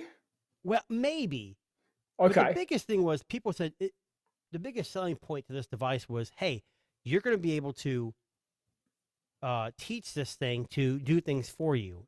I Yeah. think it's is it large action model or whatever, Yes, Lamb. Lamb. Yeah. And now it does. You go to their website, you log into your Rabbit Hole, and you can teach it to do things. So you can say, "Hey, Amazon, go buy me the cheapest paper plates," and it will do it for you and put it in your cart. And it does all Huh. that for you. It's Wow. amazing device, and it's cheap, and it's unique, and it's got It's it's got a special. large following. It's growing. People still Yeah. don't like it because of Humane, but they're two different devices. Okay. So Rabbit R1, I knew we were gonna have it on here somewhere. It might pop up again a bit later You knew on. I would but have it on there. You knew. I me? I knew you would have. I knew You you know, would it's have. funny. it I on just there. I just moved it upstairs too. I don't have it with me right now. So That's okay. All right, Devin, most innovative tech product of the year. All right. This actually might have been the hardest category for me outside of Ooh, just okay. not knowing anything. But at first, I was like thinking about it. I'm like, there was nothing innovative this year. I'm like, what would, there's just so many things that are iterating at this point. Yes. We're getting to such a peak in technology. And then I finally started brainstorming and thinking of things. And I'm like, man, there's a lot of Yeah. really good things. There's a lot of really good things that came out. So I've got a bunch on my list. I've got a bunch of things that are like honorable mention worthy, I think. But I actually ended up putting the CMF Phone 1 as my innovative product of the year. Ooh, award number Um, 2 for CMF. All right. yeah. that was CMF. Let's play. It was a extremely close second on my value piece, value award. So I'm very glad that you gave that to it already. But I for years have been wanting fun phones again, and Mhm. they are just trying everything. And I hope that every single other company is seeing how well this kind of stuff is working and how appreciative some people are with these kinds of devices. Like I got when they announced like the dial, the modularity, I got You- so excited. The He was all in. colors. Oh man, I like Yeah. And this then the wait is list, getting one was impossible. Oh, yes, yeah. 100%. Yeah. I couldn't get one. I lucked Yeah, I into tried. one. I seriously lucked in Yeah. and got one. Yeah. But like all the accessories were sold out. But Yes. it's not just the phone, Devin. Like the Yeah. Oh, yeah. the Watch Pro 2 is circular. Exactly. The bezel comes off. And you can I have the Watch Pro 2 and I don't use it because it didn't have RCS integration. Now it does. I gave Yeah. it to my daughter because she Oh, has a yeah. nothing phone too. And she goes, "Hey, can I get any different colors?" I ordered her for I think $14. The new blue bezel and blue Yeah. wrist straps. And it's Yeah. like Yeah. it just twists off. I mean, Yeah. CMF and nothing have been doing this lights, the glyph. I mean, people Mhm. think it's a joke, Yeah. but what does Apple do? What is Apple Yeah. doing? Exactly. Yeah. Change your So color. it's different. Yeah. Yeah, this All right. is awesome. So Good I love choice. this stuff. CMF has 3 awards now. That's pretty good. Yeah. That's your third award. I'm sorry. Is I it Carl forgot about Pay? that. We need to get him on here. Yeah. Well, listen, those macaroni necklaces are going to be coming in hard and hot there. Okay. Man, so Carl Pay definitely wants a macaroni. No, He not absolutely hot, does. not hot. That ruins Oh, them. That- sorry. Yeah, Yes. they'll be Right. too. Yeah, they'll fall right Yeah. off. We'll keep them Exactly. cold. Yeah, We won't boil them at all. room temperature. All at right. least. Tech Innovation Awards. Now we are down to our final 3 categories of this year's show, and we are going to jump over now to the best flagship smartphone of 2024. And Devin, you are first on this one here, Okay. buddy. All right. Well, I'm going to make this one again a little bit easy. This is another one that I very, very much thought about. So after everybody is coming out with all of their best smartphones of the year videos and all that, watching them, Yeah. I really, really, really, really do believe. I saw somebody else mention this too, but it makes so much sense to give awards based on region too, right? Yes. Like, yeah, okay, 100%. the Oppo or the Xiaomi, whatever, might be the best phone of the year. Yeah, like there's lots of phones, but if my parents come and ask me, if my next door neighbor says, "Hey, what phone should I get?" I'm not going to say, "Well, the best phone this year is one that you can't get." Right. I'm not going to do that, right? Exactly. So for me in the United States, it's the Pixel 9 Pro XL. All right. Sounds- So, I mean, it's I had pretty- kind of pretty easy pick, so. I anticipated that. Yeah. So the Pixel 9 Pro, the Pixel 9 Pro XL. I know Jermaine said the iPhone 16 Pro. Yeah. Josh, unfortunately, those phones, the OnePlus 13, it won't be released till next year, technically. So Yes. Just FYI. So the Pixel 9 Pro is definitely a contender for Phone of the Year, if not Phone of the Year. I know it didn't make a lot of Phone of the Year lists for a lot of Which these is tech people. surprising. Which, and again, for somebody that follows a lot of this stuff like myself, I went, what the fuck? Did you forget about it? Yeah, Like, what exactly. happened? Like, why didn't this make anybody's list? But arguably in North America, we'll say in the UK, in wherever, I think this is probably going to be a lot of people's first choice. There's a few reasons it's not sold in, right? Yeah, of course. I think a lot of in some of the areas, I think China it's not sold. There are a couple of areas, India well, maybe. China, nothing's sold. Yeah. No, it's Google services now. Smoothness, Yes. simplicity of use. The Android phone you would give to mum, dad, grandpa, grandma, Exactly. brother, sister. And you know, I hate to use this term, and you've heard this before. It is the iPhone of the Android world. Yep. And Absolutely. that's its biggest selling point, besides its amazing cameras, which it I'm also. not going to touch that statement you just said, but yes, you're kind of correct. Yes. Yep. All right, Jason. Best flagship smartphone. Now, just for the record, Jason and I get hands-on with a lot of smartphones.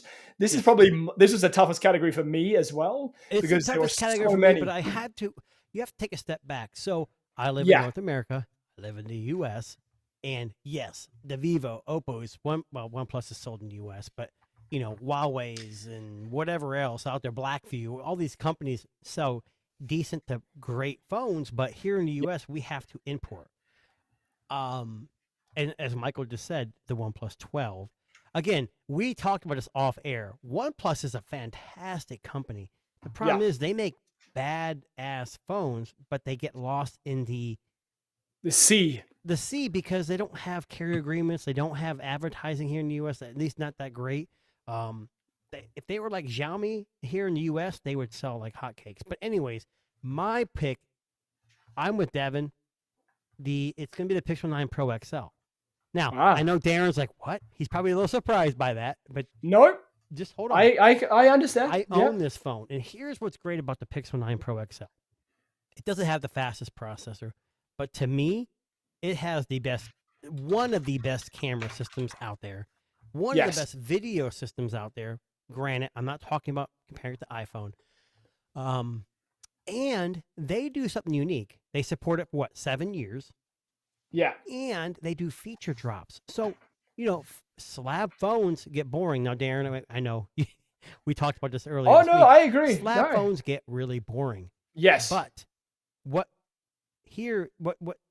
Pixel does is they do feature drops. So they introduce new things, and whether you use them or not, it's making the device just a little bit more exciting.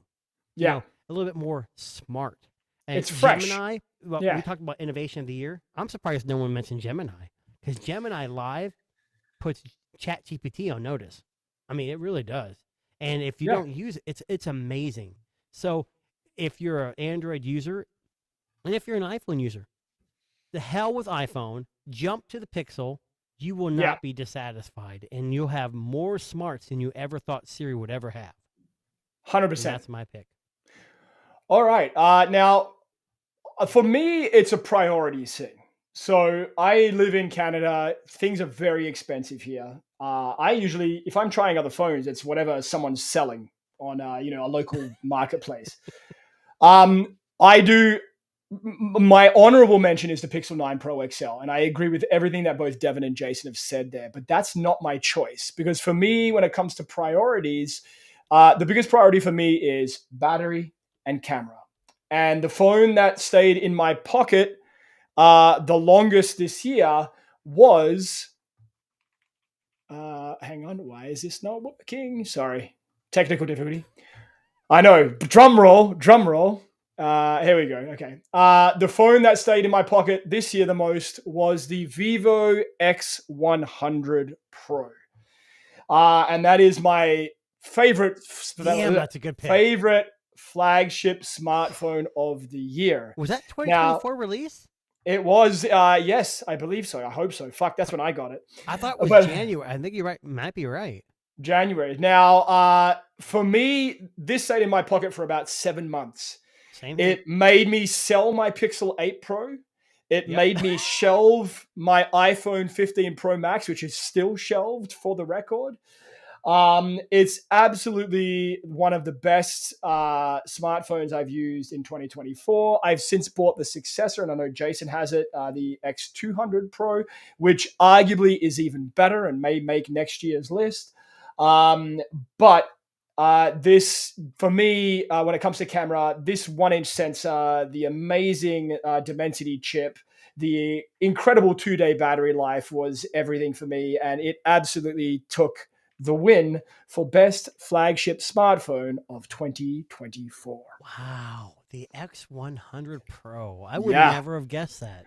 That's a surprise. Sorry. I got to keep some things fresh here. All right. Now, we're going to talk about the one that people look forward to the most in the entire year. Bust of the year. Oh, Bust of the can I year. preface by saying before we even talk, Yes. I have 1, 2, 3. I have 3 of these. Can I list more Three- than one? No, you have to have one. No, so Okay. breaking the rules. I'm just kidding. You can give honorable I was gonna mentions, but I say, need a Okay, one. I'll give a main one, but I have some Yeah. definite honorable. Yes, I have a funny Okay. feeling that I know what Jason's number one's going to be. I'm not going to give it away, but I think we'll get there in a second. But let's start with Jason. God. Okay. Okay. Bust Okay. of the year. Okay, so I'm gonna have 2 honorable mentions, but my first, Darren, I think you might be surprised. My bust of the year. I'm waiting. I'm trying to see if you is the Apple 16 Pro. Oh, Pro there we Max. go. Apple 16 series in general. Wow. Now I know a bunch of Apple fans are like, "Oh, you're an asshole. You don't like it." Apple. I have a 16 Pro Max. I still have it. It's not with me right now. Here's the problem. It was released without Apple Intelligence. Now I know Android Yep. does this a lot. They release products and they get better with updates. But Apple has never done that before, and they did it with this one. The Apple 16 Pro series is nothing better than the 15. It No. really isn't. And if someone asked me if they should upgrade, if you have a 13, Yeah. you need to stay with 13 because Apple has lost its innovative touch, and the cameras are good, the video is good, but you have to have more. And again, I use Android and Apple, and coming from mainly Android devices, I feel like the iOS 18 experience is so much more convoluted than the Yeah. Pixel Android 15 Absolutely. experience. Yeah. People, if you tell me you swipe left, right, up, and down, there's like 16 different menus, different system controls. It is ridiculous. It is not the same Apple that you buy your grandma or your mom that Tim Cook tells you to do. To me, that is the biggest bust of the year. Yeah. and I'm not. What Gonna was your honorable mentions there, So Jason? my 2 honorable mentions were the Humane AI, Yep, obviously. which I thought might have been top, but And that's if you've okay. noticed, they've pivoted to some Cosmos OS AI Yes. thing, which is good. They're trying to stay relevant. And then obviously the Apple Vision Pro. Vision So Pro, Apple's just killing. They're dying this year. The Vision Pro was a huge leap, but Yeah, it wasn't what Tim Cook wanted. They wanted glasses like these with screens and everything else, and it just didn't work. And the technology isn't there yet. It's Yeah. there. We know Meta's working on it, but it's just not there. So those are my biggest one is the iPhone 16 series, yeah. and Humane AI and Vision Pro. Well, Hate for me if you me, want. no, I'm not going to hate you. I completely agree with what you're saying. For me, it was also the iPhone 16 series as bust Holy of crap! the Are you year. serious? Absolutely, yeah. Wow. So the Now, hold on, Barry, iPhone. did you think I was going to say iPhone 16? No, I thought you were going to say Humane. I thought Humane was going to Oh. be top. So there you go. I thought the Apple Vision Pro. That was my second choice. That was my honorable mention. But Okay. what everything Jason said there. The iPhone 16 series is not worth upgrading. Do not waste your money. This is the first year in 5 years I didn't upgrade my phone because I didn't see any tangible difference to upgrading to the 16 series. To be honest with you, it's as much as there are Apple fans out there, it is a bit of a joke in the tech community. Like it's almost like the black sheep of the family this year, which I Unless can't you're find. MKBHD, it's the best camera. Well, system. it's the best camera, of course, yeah, but it's a little bit of the black sheep Yeah, for sure. of the family. Like there's a lot of great phones out there this year, and this one just didn't do enough. I think a bit like Samsung, and you could arguably say the S24 Ultra might also fit into honorable mention here. Hasn't done enough this year. It did To more kind than of Apple, I believe. That's why Samsung did better. Yeah, Samsung Yeah, did better, for but sure. Apple, I honestly feel like they just went, let's just release the same phone again. Oh, wait a second, we're gonna do something different. Let's just throw a button on the side. Cool. A button Which that is doesn't work all that well. terrible. I have not used it once yet. Yeah. And that's the problem with this phone is aimed at the general public. And when Yeah. you make a big choice for like adding a button, people got to be on board. Now, I'm not saying it's not going to catch on. And Yeah, it might. we know that if it doesn't catch on, they'll quietly just say, like they got What rid of the button? switch. Now it's a button, Yeah. right? The action button. Yeah. So it may be changed. But yeah, I agree with Darren 100% on this. Yep. All right, over to Devin. What is your bust of the year? All Bust. right. I don't want to be the bandwagon jump on Apple here, but Good. the Apple Vision Pro for me Oh, was there we go. just not where it's at. Okay, so not gonna lie. No, I feel like No, I'm this not laughing might at be you. I'm laughing more at of this a comment. I might be it might have been more of a personal thing for me, but I got really excited when Apple was going to release their AR VR solution, right? Because once Apple does something, it becomes mainstream, right? Right. Yes. They were the first. All I could think is everybody thought the iPad was so stupid when it was Yes. released. Why would you want one of these? Right. I remember when the AirPods were announced and people couldn't stop talking about the earwax dripping out of your ear. Look at how stupid those look. Nobody's going to wear those seriously. I remember when the first person walked into my office building wearing AirPods and everybody just was staring and laughing, right? Apple has this way of just normalizing things across culture.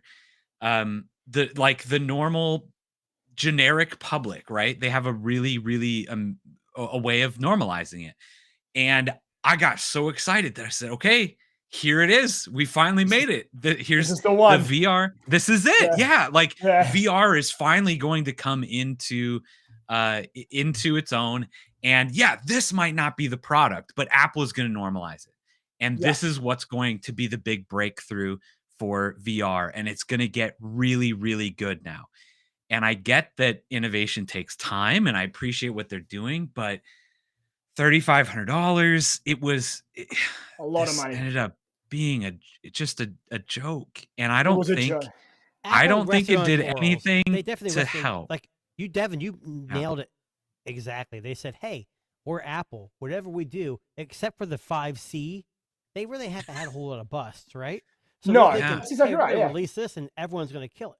The first thing I thought was, why is there a screen on the front? We don't want to see your fucking weird fake eyes. Then Yeah. it's like, hey, let's put a battery in your pocket that Yeah. lasts 2 hours. It doesn't. It's a good doesn't idea. So I think Tim Yeah. Cook, again, he wanted more, but it was taking so long, they just pushed it out to make a profit. They are, what, $4 trillion now company now? I mean, Yeah. they're doing something right. I'm just saying this year, Devin agrees with the Vision Pro. Me and Darren said, hey, the 16s are just blah. Yes, Yeah. Michael Pepper Tech this, hey, they released the M4 Max. Okay, but desktop wise, I'm not an Apple MacBook guy ever.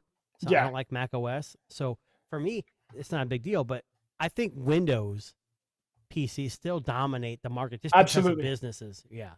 Yeah. Well, there you go, guys. Busts of the year with the Apple iPhone 16 series and the Vision Pro from the same company. I think that's a first for the Tech Disruptors end of year show for the bust to be from the same company. So there you go, right? Crazy. Yeah. For sure. All right. Now, final category, the Now, biggest category of Hold the on. year. I have a couple extra categories. Did we miss something here in the fold? Get it? The fold. Did we have that on there? Shit. Now you're I making me added the second guess. fold of the year. Maybe I'm. We had best flagship smartphone. Was that not the same category? No, I put best foldable because I don't think that was the same. Oh, thing. you want to That's put a bet? fine. That's fine. We can. No, we don't have to well, do it. let's go right now. Let's ad lib it right now. So, best foldable. I'll riff off the top of your head. Go, Jason. I'm going to say the Pixel 9 Pro fold. Here's why Kevin? I say that. Now, Hang on. Wait a Whoa, second. whoa, whoa. Devin. One second. I did not. I had the original Pixel Fold Right. for like 2 months, and then I traded it in. But for me, it's pretty easy. The Xiaomi Mate XT, the trifold, again, just for the innovation, just for Wow. Ooh, nice. you can't. No Google Play services. That's the Again, only- I mean, I haven't bought it. I'm I've kidding not with you, tried I'm it, just but kidding like with that's the kind of stuff that I want to see. They're doing a lot Hold of on. things right there. I think. Well, so Josh just said not the V3. So here's my reasoning for this. I live in the US. I don't get Honor. I don't get Huawei. I get Samsung. I get Samsung, Apple, Motorola. I get very limited and I want to import them. So I just said the Pixel 9 Pro because it was 10,000 times better than the Pixel Fold 1. And you say, Absolutely. well, I never owned one, but I used it for 3 months. It was lended to me by somebody. I can't mention any names, but it was an amazing device. The only issue I had with it was it just wasn't powerful. Yeah. Yeah, So- fair. Yeah. For me, and I mentioned this to you, I've mentioned this to you guys before. The Honor Magic V3 is the best Correct. foldable there is. I will fight people on the hill about that one. I'm coming Slim, to your house right now. We're gonna fist Yeah. fight. slim, great battery, excellent cameras, just subpar OS software. That's the only downside to that. But it has been getting better, so maybe. There we go. But for the record, that wasn't a category. I just counted. We had 11. Oh, sorry. I don't want to be that nitpick, but I actually have just 2 saying. categories left. How do you have 2 categories left? Would you add Because some I extra had- categories? So we had product of the year, right? Yes. And I have an honorable mention, which I'll link with product of the year because Okay, it's something we okay. need to talk about, and it was amazing. So All right. Well, Jason, we're going to start with you then, buddy. What is your product of the year? it's a smartphone. Oh, And can you guess what it Okay. is? the Vivo X100 Pro. The X200 Pro. Oh, Now this is weird because out of all product of the year, this just came out. Yes. Now So I don't Darren know. mentioned Like he this- sold his 8 Pro when he bought the Yes. 100. I sold my 9 Pro because of this phone. Yep. This thing is, and I imported it. It's a global version. It works on T-Mobile 100%. I don't know about AT&T. I do have an AT&T SIM. I haven't put it in there yet. I would imagine the biggest issue I'm going to have with AT&T is no RCS, but if you live outside the U.S., you don't give a shit about it anyways. But it has, I mean, like the X100 Pro, I can't take a bad picture. Yeah. The It's video incredible. is amazing. The zoom, okay, I know the Pixel has that, what is it called? Smart zoom and whatever AI. This thing blows it out of the water. Absolutely. The S24 Ultra has a great zoom. Not like this. This thing, I'm sorry, the global version has a very stock Android version. It's very familiar to most people. Yes. You're gonna miss out on Pixel's call screening, but it has Gemini, it has Circle to Search, it has everything that your Pixel phone would have, and it's just a badass phone. And Yep. they're gonna support it for a while. Vivo is not a small company. It may not be known here in the U.S. I know I don't like to mention, phones that aren't sold here, but this thing is by far has blown my mind. I completely agree with you. I can't put mine down.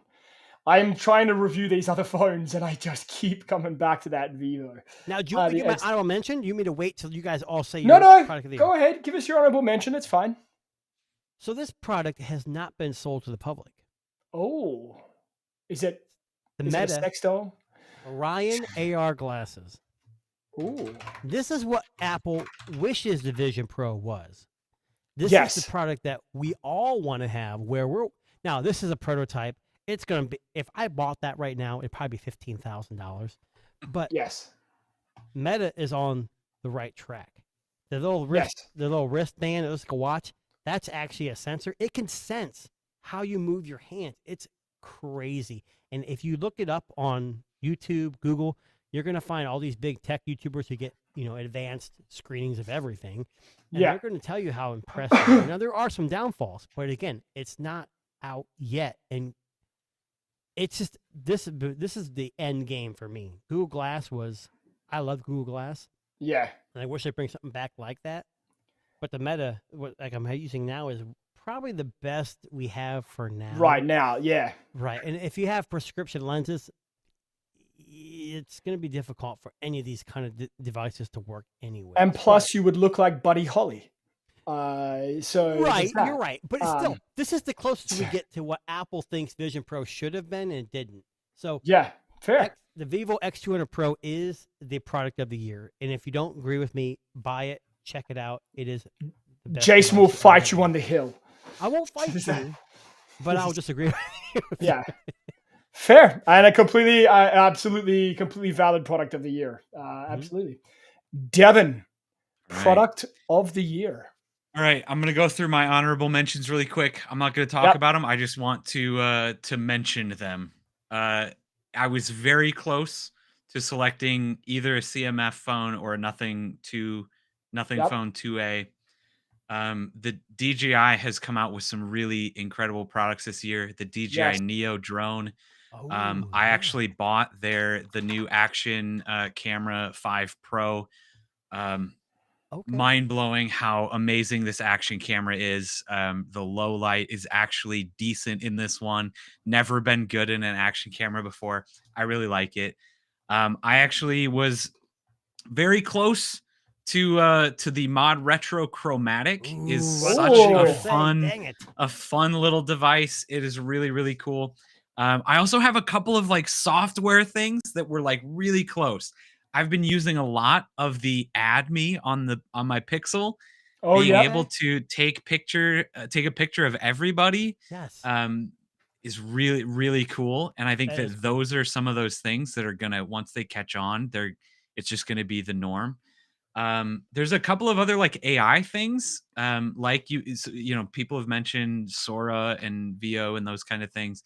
I've been using a little bit of Opus Clip. It's a video editing AI. If you guys haven't checked that out yet, Yeah. that's really cool. Good And I product. think that's a really, really interesting use case. And I think we're going to see a lot more of that. That's one of those that outside of the generative AI, it's not just like editing a And video. Opus It's was going like we used to use them for Yeah. streaming, and they totally Yeah. pivoted in with Yeah. the AI, which is probably in their best interest. But Yeah, just a really, really cool Yeah. suite of tools that they have there. I think that's really cool. But I had to give my product of the year, because I think it is going to affect me the most going into next year, to the Intel Arc B580. The Woo! Intel graphics cards. I'm excited for them. It's really, again, I think this is the biggest thing to happen in PC gaming Oh, in a for very, 100%. Oh, wow. very long I time. agree. I agree. Yeah. Very long time. And if this, and again, the only reason I bring this up is because this is the second iteration already. This is the second generation. And if That's it. exactly, but if it was the first generation still, I'd be like, guys, whoa, slow down a little bit. Yeah. First gen, they're just trying something out here, but like second generation, it's only getting better. Yeah, something's they- happening. If they can Yeah. keep this going, this is going to change PC gaming. It's So going to Intel, make it if you're affordable. listening- It's going to be crazy.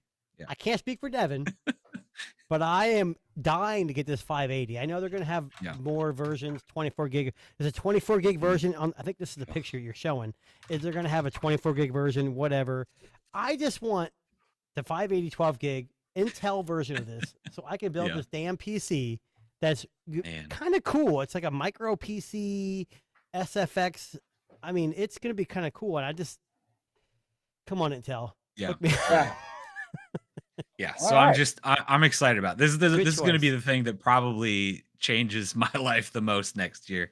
that I 1440p hear about. gaming with this is amazing. Yeah, that's impressive. It's insane. It's And going I to do be really cool. 1080p right now, so 1440 is going to blow my mind, right? I go 380p. That's all I can. Oh, do. 380p, definitely. Yeah. Doom 2. That's what Yeah. that's what the chromatic is actually running. It's This is true. close. Yeah. All right. Now, before we jump into my product of the year, we have a little message from one of our sponsors.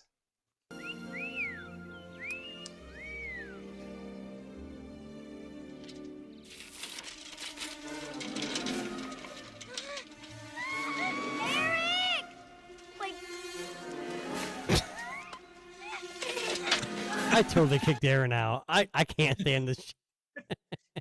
I knew it was coming. Oh, I got to let him back in, don't I? Boo. Okay. All right. Just kidding. I had to squeeze one more Mac and You know what's funny? I had a video queued that I was going to use. That was a total. You know what?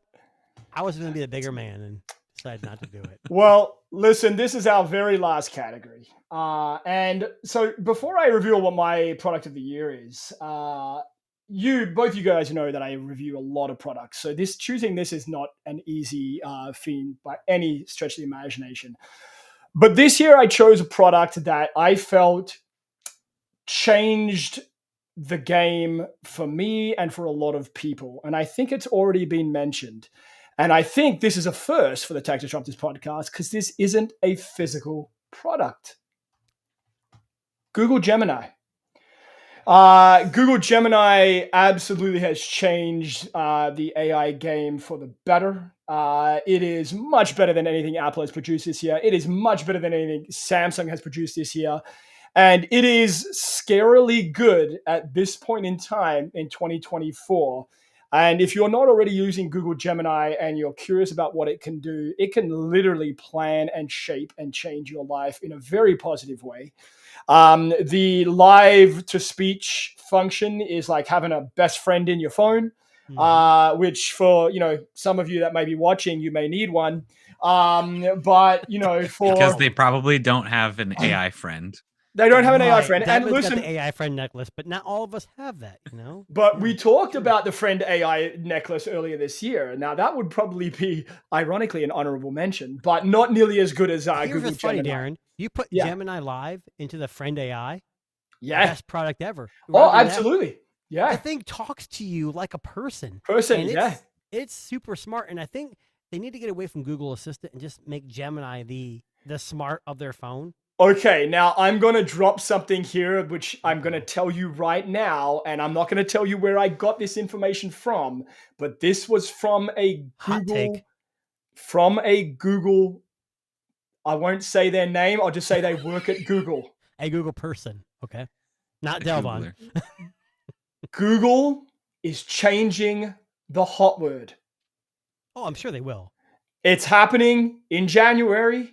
I won't say much. won't say much else. I don't know how I know that, but they are changing the hot word. It will probably be Hey Gemini or Nope. Gemini, something along Nope, those that's not what lines. it is. It's going to be Hey Tech Disruptors. Nope, it's Hey Ass Hat. Hey ass. Yeah, makes sense. Makes sense. But listen, Google Gemini, I chose, was not an easy choice for me because I reviewed so many products this year, but as a service, I think we'll call it, it's just unmatched. Every other company has tried to beat it, and it's just literally the king of the AI. Can I ask you a question? World. Now, Yes. when you bought the Pixel 9 Pro, Pro XL, Yeah. Pro Fold, you got that free year with the $29 a month service. Yeah. I was told, now, I mean, I was reading, I should say, they actually opened up Gemini Live to everyone. Everybody. Yeah. And it's And we got free. screwed. We got screwed. Yeah, I know. So we got screwed. So Yeah. when that year comes up, I'm Are you going to paying- downgrade? Well, 2 terabytes of storage is definitely nice, but I Yeah. was paying for the. I was paying like the lowest tier. I was Yes, paying like exactly. I was $30 a thinking. year or something. You're like, But you know, I agree with you. I picked the phone because the X200 Pro is just that amazing of a device. oh, for me. 100%. I agree And with can you there use too. Gemini on it. But Yes. Gemini made it so mainstream. Like ChatGPT Yeah, they is did. great, but if I went Yeah. to my coworker and said, "Hey, do you use ChatGPT?" He's like, "No, I have a lot." You could use Gemini on Apple now. Yeah. And it's probably better than on the Pixel, unfortunately. So I just think that Gemini is only going to get better. And I think Google has a good grasp on making it more reasonable. Yes. And more, I guess, you can't Accessible. use certain pictures. You can't Yeah. generate pictures of people. They try to limit it to make it more, suitable for everyone. Yeah. And listen, so that brings us to the end of our final show of 2024. We've given 2-hour show. I was almost a 2-hour show here today, which is amazing. But I will just say thank you very much, Devin and Jason, for joining us this year on our Tech Disruptors podcast. And for everybody that listens live on Spotify, Apple Music, Good Pods, if you're catching us on YouTube, like, subscribe, do all that stuff because it means a lot to us. We do this as a labor of love. We don't get paid for this. I mean, I get paid, but the other guys don't. But don't say that to them. Right. But we do this as a labor of love. We love to talk tech, and this has been our 11 category roundup of the best tech of 2024. Now, next I year, am 12. yeah, we don't know what's going to happen. We don't know what 2025 is going to bring. I imagine probably a little bit more AI, some crazy more robotic stories and all of that fun stuff. But if your friends don't know about us, share our video, send it to them and say, hey, take a look at this wrap up. It was amazing. 2-hour show. You can listen on the way to work tomorrow or Monday. Yes, tomorrow. I'm your on way to work, vacation. exactly. On your way to work, listen to what our best thing is. And reach out and say hi on our YouTube channel. Join us on X. Disruptors 2024 is our username there. And we will be back. Oh, sorry. Sorry, If go ahead. you No. got the worst devices that we listed, if you got those, return them Yeah, and utilize our suggestions. choices, because they're better. Right. Have a happy new year. I know it's coming Yes. up for Wednesday. Enjoy your new year. And Darren, do we know when we'll be back in the new year? We will be back sometime in mid to late January, I believe. So a couple of weeks from now, we'll be back. And we have a couple of very special guests planned. We've already locked down we do. one in end of January. We are going to branch out and start talking to. And Devin will Some let of you know. Yes, we'll actually let Devin know. We'll inform him that what the questions are going to be, not just surprise him with a throw over to Devin. But anyway, thank you very much to everybody that listens, everybody that's joined us on the show this year. We are very appreciative of all of our followers and listeners, and we will be back midway through January to bring you more of the latest and greatest tech. My name's Darren. This lovely blue suited gentleman is, I'm Jason. and this lovely handsome devil in the corner here is, I'm Devin. and we are the Tech Disruptors, and we will catch you on the next show. Happy New Year.